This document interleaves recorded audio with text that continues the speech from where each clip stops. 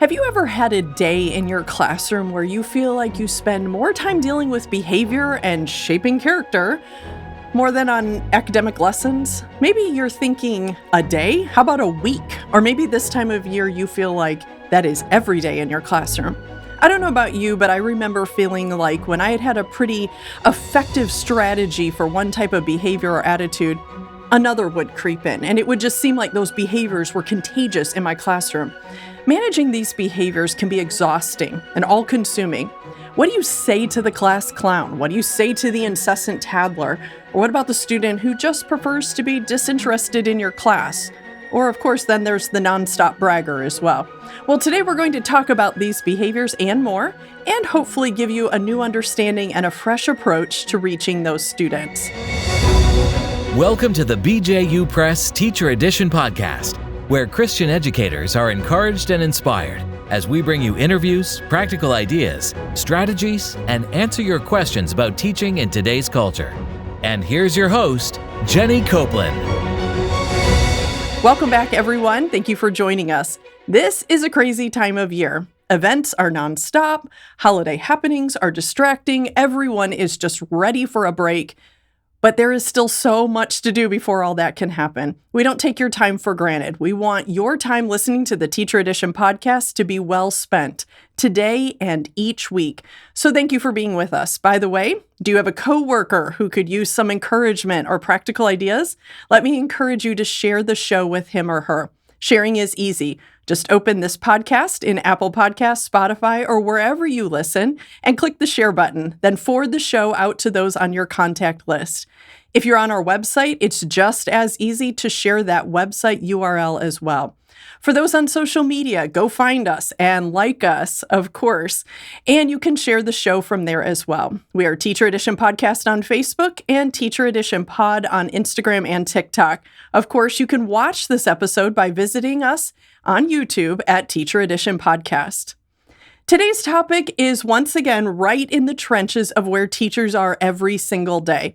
And this just is not for preschool teachers. These are behaviors that we see in students of all ages, just in different sizes and maybe with a little different approach. Joining us for today's topic, we have Katie Klipp. Katie's a veteran teacher, having now taught for 20 years. She holds bachelor's and master's degrees in elementary education. In addition to teaching first grade, she also assists at BJU Press in writing, revising, and consulting.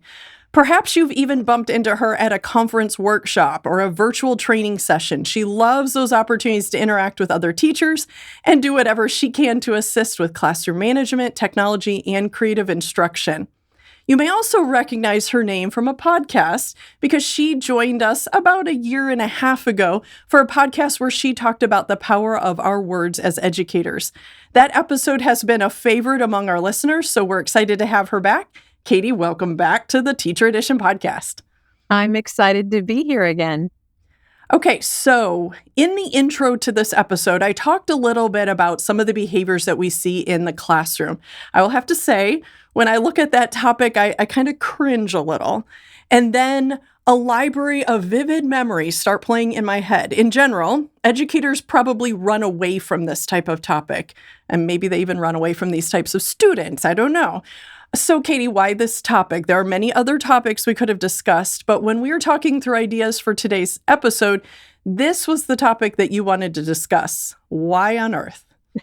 Well, before you think I've just totally jumped off of a cliff, I love what other teachers love, okay? So I love reading. I love learning new strategies. I love trying new things with my class.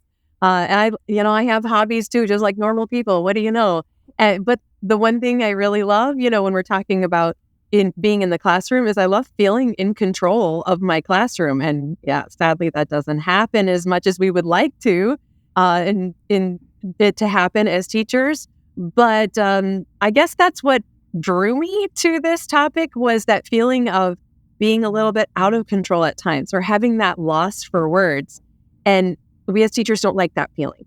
We want to know what to say. We want to have the strategy. We want to have our tool belts full of resources and strategies that we can use with these students. And that's where we fall short sometimes. And I really felt that as a teacher that I was falling short in dealing with these students who would sometimes ransack the day or derail the day.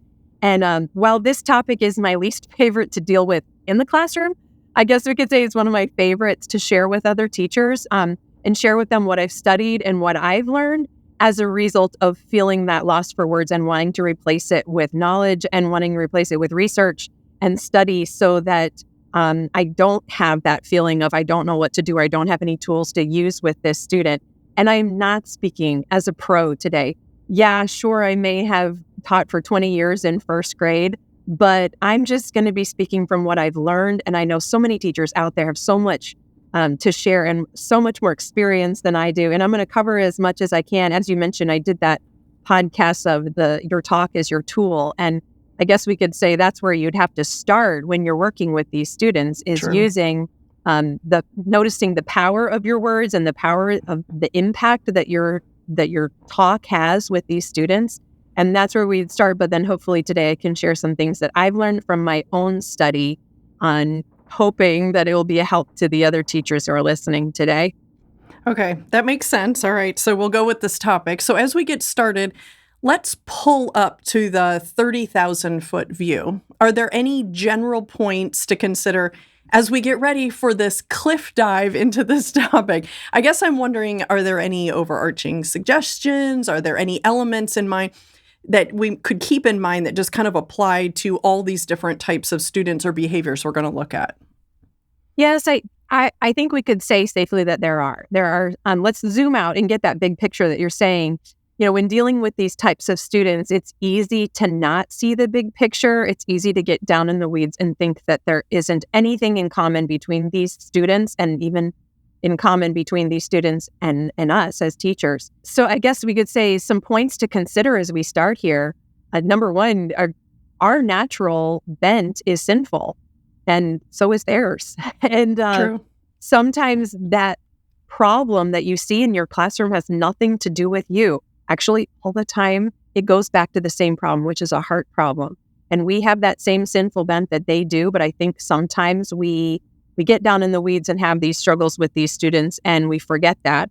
Something else I would guess would be something we could say in response to dealing with all of these types of students that we're going to talk about today is think of the word proactive and not reactive. That's something that I've kind of taken as my mantra in my classroom in kind of a theme, and that is totally opposite of our society today. Isn't social media just full of reactions and knee-jerk reactions and whatever you think you get to say type thing? But with these students, if we are proactive, there will be less need for any kind of remedy or anything in the future. And even just the general thought of building an environment of responsibility and care goes along with being proactive. That's something that I've taken on after reading and studying for several years on this topic. The students need that. They need a response, a place where they can feel cared for and where other people in the class care for them, their teacher cares for them, where they have responsibilities and they feel needed. And that also helps bring down some of the level of problems and the need for us to solve problems when those students are feeling cared for and they feel like they're part of the team. And I guess I could say, too, as we begin, two really great resources that I used when I was studying this. One of the books is called The Power of Our Words, and it's by Paula Denton. And another one is Teasing, Tattling, Defiance, and More. It's written by Margaret Berry Wilson. Both of these books are secular authors, but they have amazing principles to use and things to try, ways to word things. And that's where we feel like so often we fall short is how do you say it? How do you word it? And these both are put out by Responsive Classroom, which also has some amazing articles and other resources that go along with what we're going to talk about today. And as we look at each of these students today, as we're talking about this big picture, we're going to look at the signs, so how to find these students, how to recognize them. We're also going to look at reasons that they acted that way, because I think sometimes we lose sight of that. We don't realize why they're acting like that. We just think that they're there to ruin our class. We're also going to look at some proactive strategies, and then we're going to finish each section with remedies. Notice I didn't say reactions. I said remedies. So that's where we're going to go. That's kind of our big picture for today. Yeah, that makes sense. That's great. And by the way, those resources, we'll make those available in the show notes for our audience so they can take a look at those as well. Okay, so before we started recording today, you mentioned you brought a beaded bracelet with you. So I'm guessing that has some significance to our topic today as well, unless you just carry around beaded bracelets. So for those of you who are in our listening audience, Katie is sporting a bracelet with some colorful beads, a bit more on the first grade shiny side than kind of the high-end jewelry side. So as we get started, did you want to share anything about that, or should we hop right into our types of students? Sure, I would love to share. This is one of my most prized possessions, and I guess I have to start with a quote that really stopped me in my tracks, and this is kind of where the beaded bracelet kind of plays into this. You know, one of the biggest rocks you have to have in place when you're dealing with these kinds of students is that you have to find something to like in every child, and one of the quotes from one of the books that I mentioned earlier, Margaret Barry Wilson's Tattling, Teasing, and Defiance and More. She says, discipline is like any other subject. It's something to be taught. And just as we teach children how to read before expecting them to read, we also need to set behavior expectations and teach children how to meet those expectations.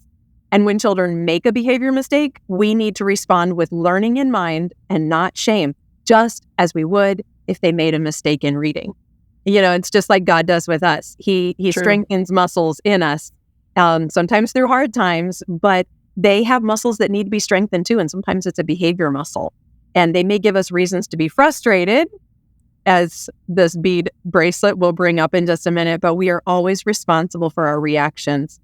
And I get a little sad when I take a look at my bead bracelet. This hangs in my bedroom 365 days a year because I never want to forget what it taught me. And it started several years ago, actually at Bob Jones University. I was speaking at a conference in the summer, and my supervisor came up to me and she said, could we talk for a minute? Yeah, that's never a good sign.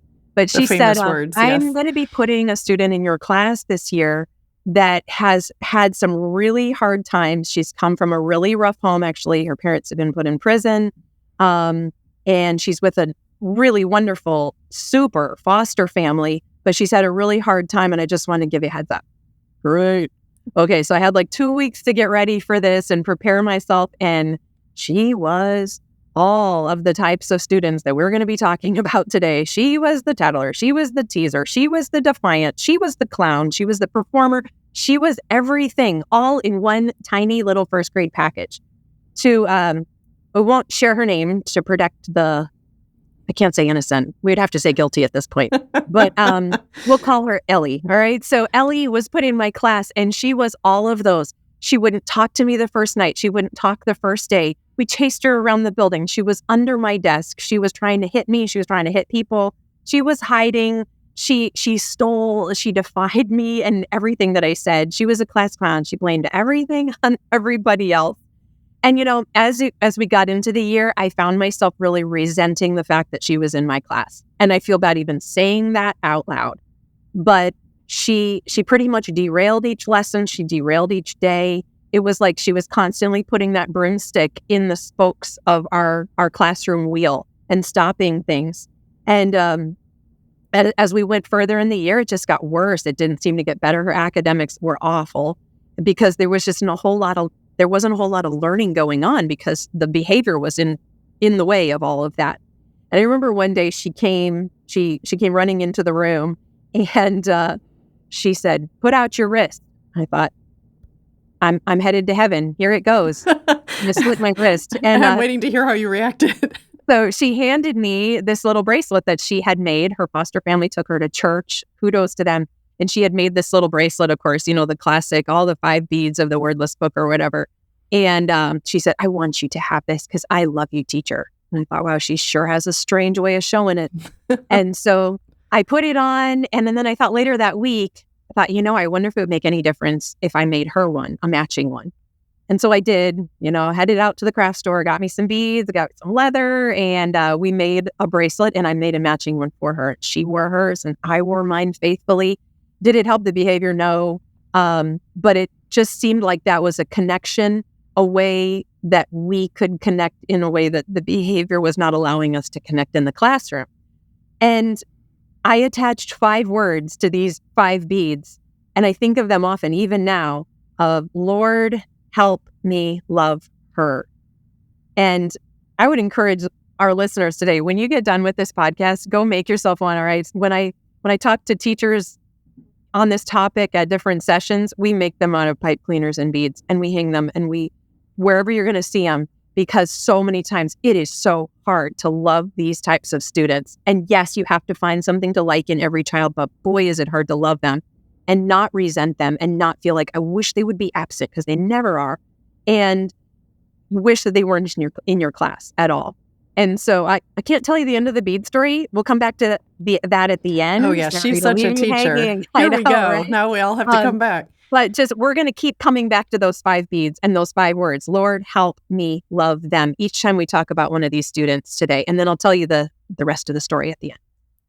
Well, how about that? Well, I guess if you're not going to tell us the story, let's get into our first group of students. Okay, so one of the ones that's been mentioned, how about teasers? Let's start there.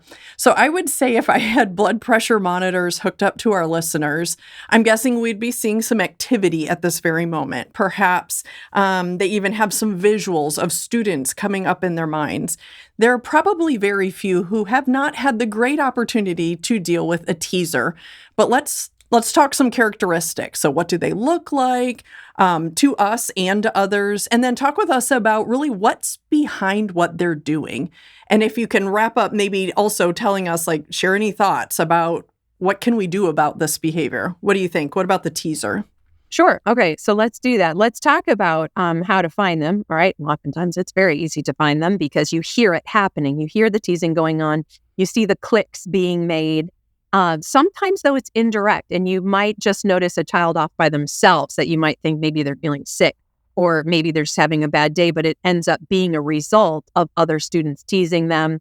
Or, it can range from just plain teasing and, saying silly things or making fun of, something that they're wearing. And it can range all the way out to exclusion and bullying, some of those bigger, deeper problems that we talk about. So really, it's quite a range. And I guess even in first grade, I see this increasing so much. And especially this year, the Lord has given me a wonderful class this year.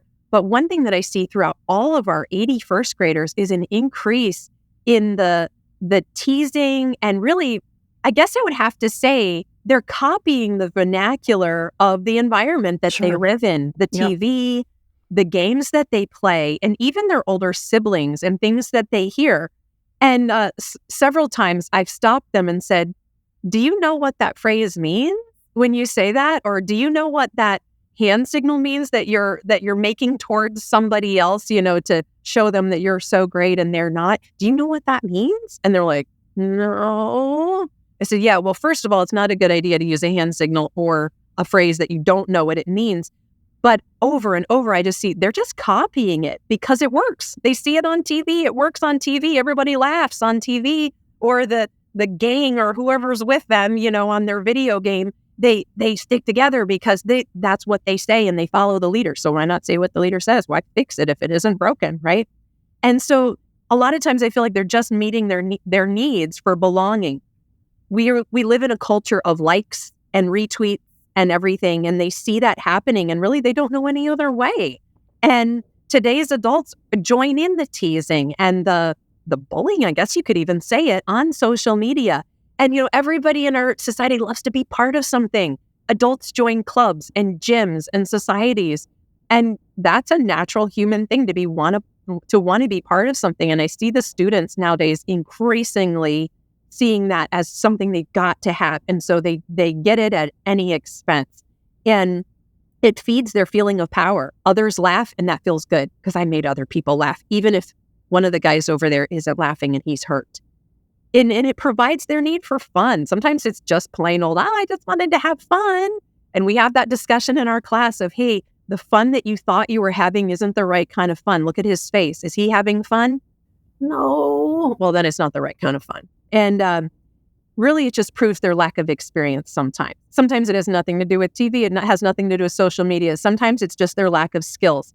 It's not inborn for our students to be kind or us at all. True. Humans. And if they're not taught, they have zero to go on. And sadly, families aren't maybe giving as much training as they used to be in this area.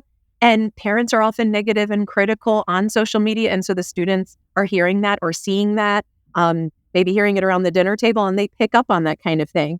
And they don't have a feeling of empathy if they aren't taught it. They're not taught to live in somebody else's shoes. And 6 to 8-year-olds, which is where I live, they want to show what they know. And if that means trampling over 14 other people in their class, then that's okay, because they want to show what they know. 8 to 10-year-olds, they're experimenting with humor and kind of seeing how it goes and where that puts them. And 11 to 12-year-olds, they're all into the drama and they have more of the emotional side of things. And so sometimes it's just them playing out their developmental level as well. So I think it's important that we keep those things in mind, but also that we teach proactively. You'll hear me say that word over and over and over in this podcast, because proactivity is going to help you in better than any remedy I could ever give you. And sometimes that includes just creating expectations. We used to call them rules. All right, you can still do that. Okay, you can create rules and expectations in your classroom that on purpose emphasize kindness. People often tell me when I'm doing sessions or workshops or helping teachers, they say, what kind of rules do you have in your classroom? It's always a big question. And they kind of laugh when they hear mine because they're so general, but I keep them general to cover a lot of areas. Okay, so number 1, I say obey right away. Well, that covers a lot of areas in itself. Number 2, I say take care of others.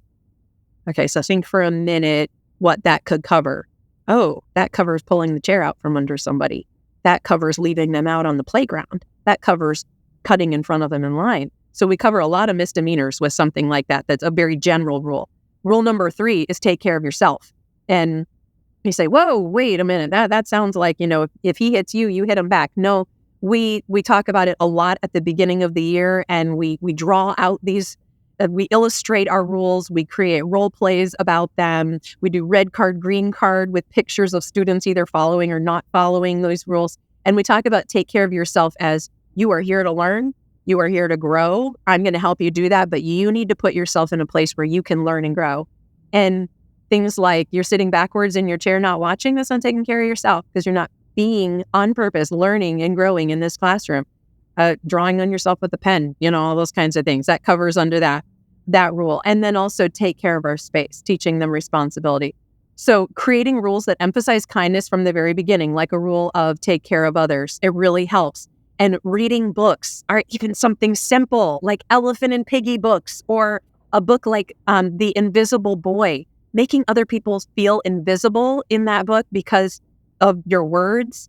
Things like Rag Coat or Big Friends, where it teaches how to have a triangle of friends, not just one and you, and that's all, and you have to be a super possessive friend. So reading books, creating that culture of kindness from the very get-go of your year is so important.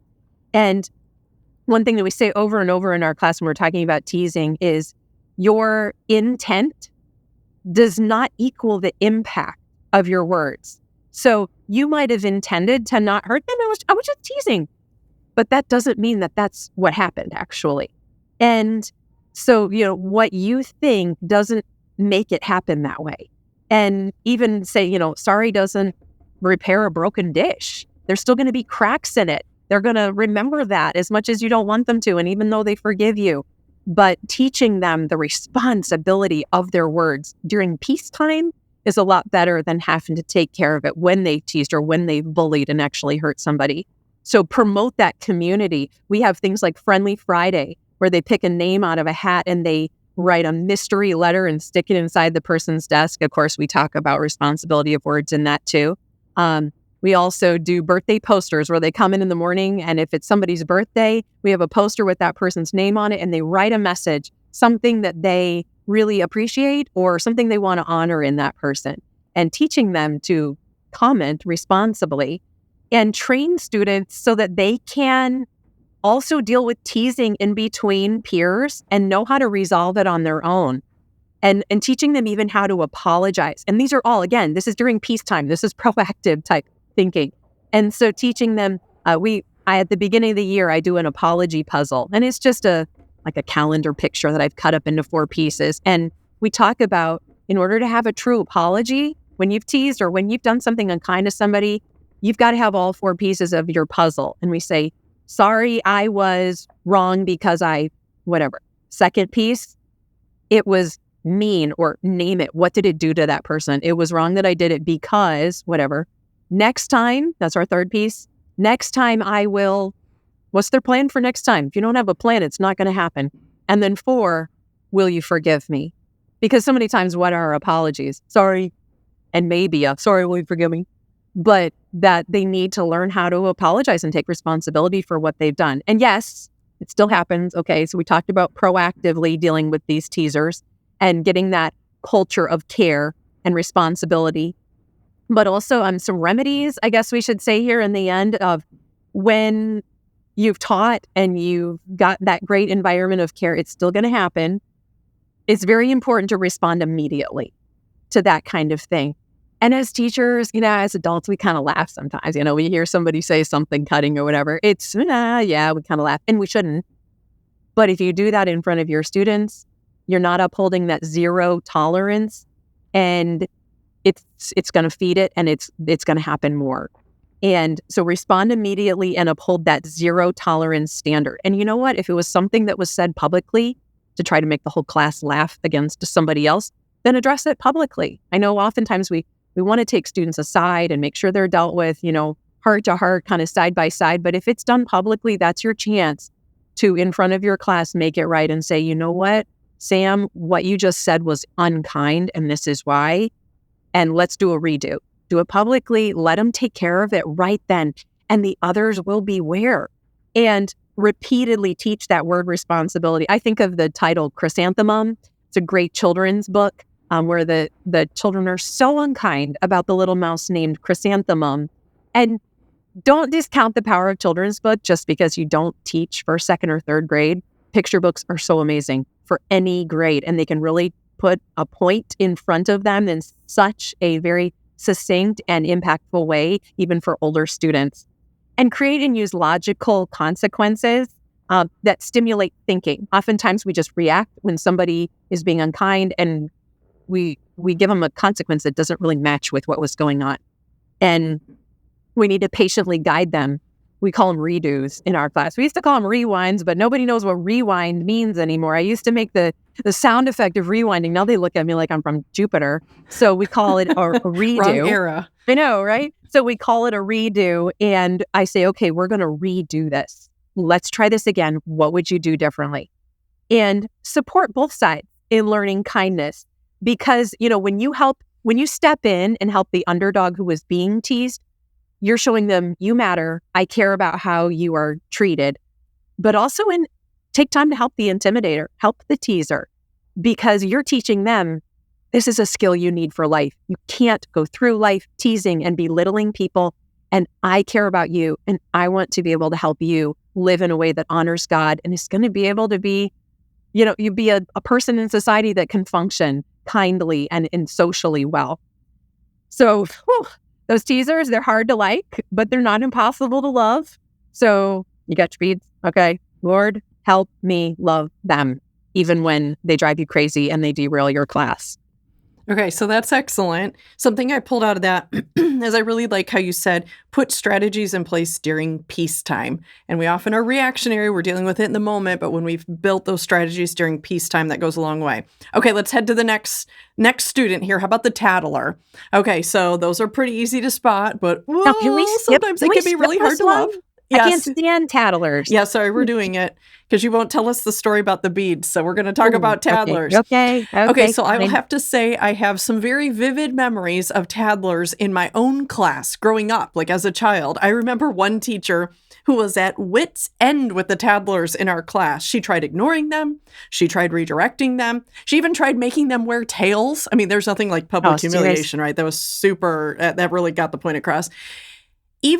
She even tattled on them to the class to try to put their own action against them. Yeah, nothing. Epic fail. Okay, so how do we deal with them? I mean, other than hoping they're absent for the day, how do we deal with a tattler? Right, and I always think, someday when teachers run the world, our first day in office, there are certain things that we are going to sign into law. We are going to outlaw certain things. Peach cups, Okay, those little ones that they bloop juice all over the place. Okay, Amen. Yeah, who made those anyway? Yogurt tubes, they're going as well. Yeah, no. We're not doing the yogurt tubes. Too many ruined outfits, including mine. And we're also going to outlaw tattling. So just to put that on the table. That's great. That's a really good start. Yeah, good choices. But yeah, you can see them coming. All right, the wiser ones kind of sneak it in. They're kind of laughing. Hey, just wanted to let you know conversational. Yeah, but yes, you can see them coming from a mile away. They sometimes, they got the outstretched finger, pointing to the person who's involved in the misdemeanor or whatever it is. But yes, I think that's one of the most frustrating things in dealing with little kids. I don't know if older students do it. Maybe I should find out in grades. But the little students, they want justice at any cost, and could be their best friend, and doesn't matter. As long as you can get them in trouble, it's totally worth it. And I guess we could say our very first motto for our time together today, when we talk about tattlers, would be don't eliminate it, replace it. You might be thinking, now she's really cracked up.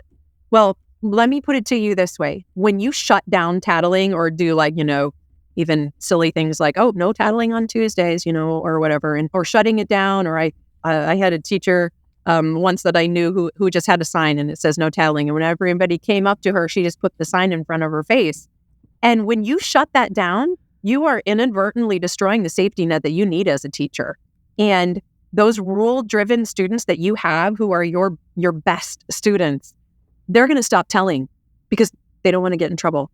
They've heard you say no tattling, and they will not cross that line. They know your lines. They are very rule-driven, and we actually need them. We need them to not tattle. They don't, but we need them to report. You can't be everywhere at once. You don't have eyes in the back or sides of your head.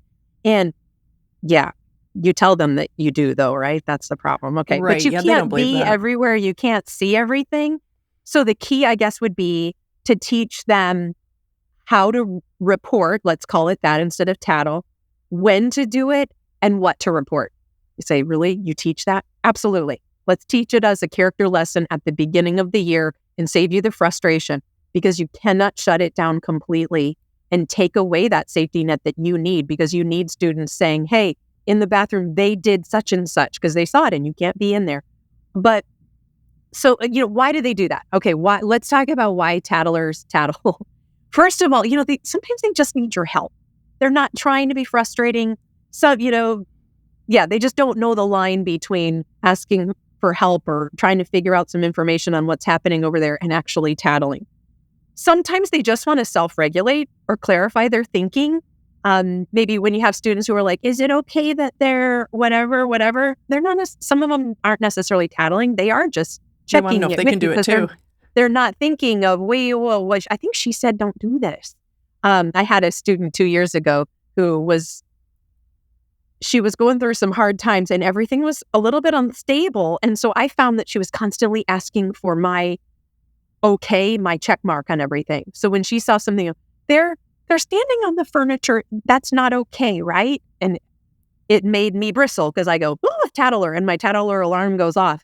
But she wasn't tattling to me. I found that this was a pattern that she wanted to check her thinking all the time and make sure that that's not something I'm supposed to be doing, right? And that it is wrong, right?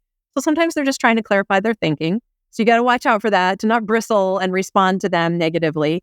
Sometimes, they do want to gain significance or revenge.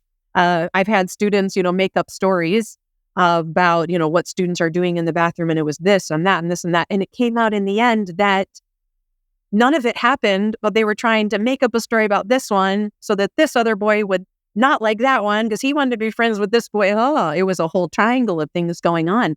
And he found that tattling was a great tool for that. So he decided to gain revenge by using tattling. Sometimes it's just plain old, they lack the skills for problem solving. And they didn't know that they could solve a problem, or they didn't know that they could say to that student, instead of tattling on them, say, hey, what are you supposed to be doing right now? What are you doing? What are you going to do to change that? They have an empty tool belt, especially at my level where I teach in first grade. And especially in our day and age when so many parents are so busy, and it's just easier just to say, stop it, whatever. And they don't have time necessarily to teach their their children, what could you say to that person? How could you remedy that on your own? And even the fact, okay, nothing against being an only child, but if they're the only child in their house, they've never had to deal with the wrongs of others and deal with how to, oh, what do I do about that? It's appalling to them. And you got to teach them how they could handle that. So we want to remove tattling as a weapon and change it to be used as a tool. So again, here's the word again, teach proactively. And again, building that caring environment, that sense of community. I use the term team with my class all the time. Team 1C, who's the best team? Let's do this as a team. We're a family. We read the book, Our Class is a Family, on the second day of school, and we draw out the different ways that our class is working together as a family. We have a morning meeting together every morning to talk about character issues, things we can work on in our class. We have a goodbye time at the end of the day where we kind of all gather right before we dismiss, and we have that goodbye time. And so that I can teach them the when, the how, and the what of reporting. And I found that when students care about each other and when they feel that sense of community, they're more apt to let go. They're more apt to forgive. They're more apt to work as a team and to coach and not condemn. But you have to build that. And if you're busy as a teacher and if you're just shutting everything down because you don't really have time, you don't want to take the time to deal with it, you're not going to have that strong sense of community. That is one of the, I found in my last few years of teaching, one of the biggest things I've changed as a teacher is building that sense of community at the beginning of the year. And it helps the rest of the year be so much smoother in the area of tattling and condemning others rather than coaching them through it. And I use, there's been several years when I've had really a big rash of tattlers in my class.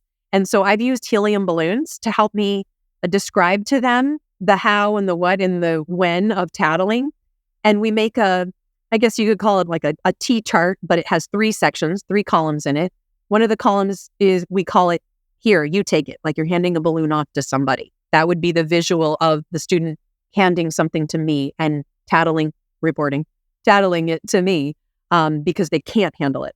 One of the columns we entitle, I can handle this. And that's them holding onto the balloon. They hang on to it. They're not handing it to me to handle. This is something they can do. I can handle this. And at first, the first graders are like, there's nothing to put in that column. We can't handle anything.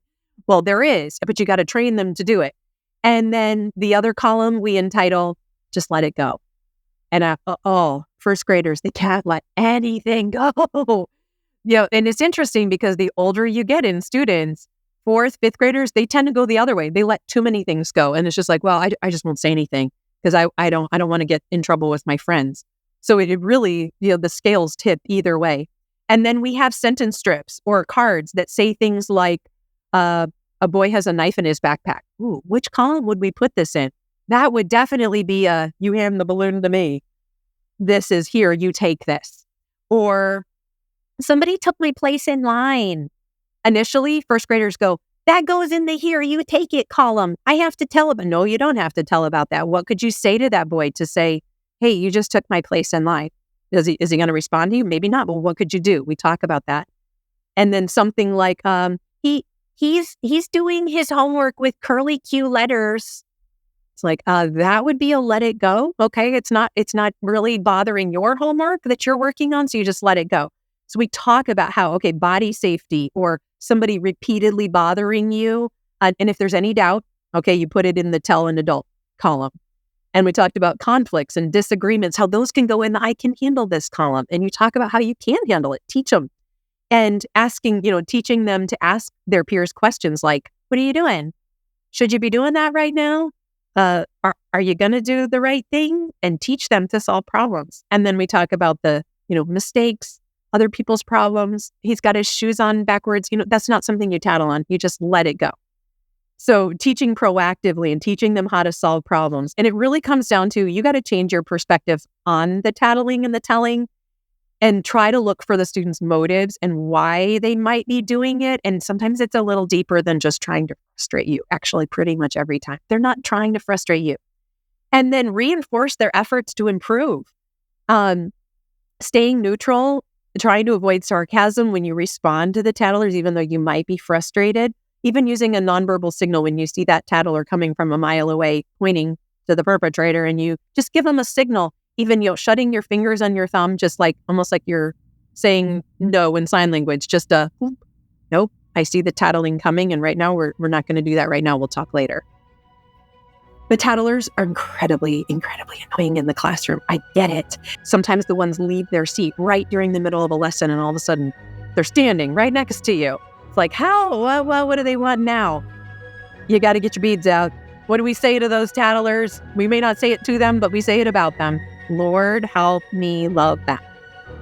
Okay, tattlers, don't eliminate it, replace it. Good, this is great. Okay, these are excellent insights and tips. I feel like we are just getting started, but we are already running out of time for this episode, so we're going to wrap up part 1. But listeners, you're not going to want to miss out on part 2. Not only have we not heard the rest of this story, so among other things, we're going to talk about that, but we're also going to talk about working with defiant and tough students, as well as the all-time favorite, the class clown. I'm looking forward to what insights Katie's going to bring to part number 2. I trust you'll plan to join us then. But for now, thank you for joining us today. I hope you were challenged and encouraged in your calling today. As we close this episode, just a reminder to visit our website, teachereditionpodcast.com, for more great information about the podcast and each episode. Of course, be sure to subscribe to the podcast and go follow us on social media. We've already said it, but I'll say it one more time. It's time to get back to your day. It's not just any day. Every day in your classroom is your day to impact and inspire, not in your own strength, but through God's power and His grace working in you. Go do what God has called you to do.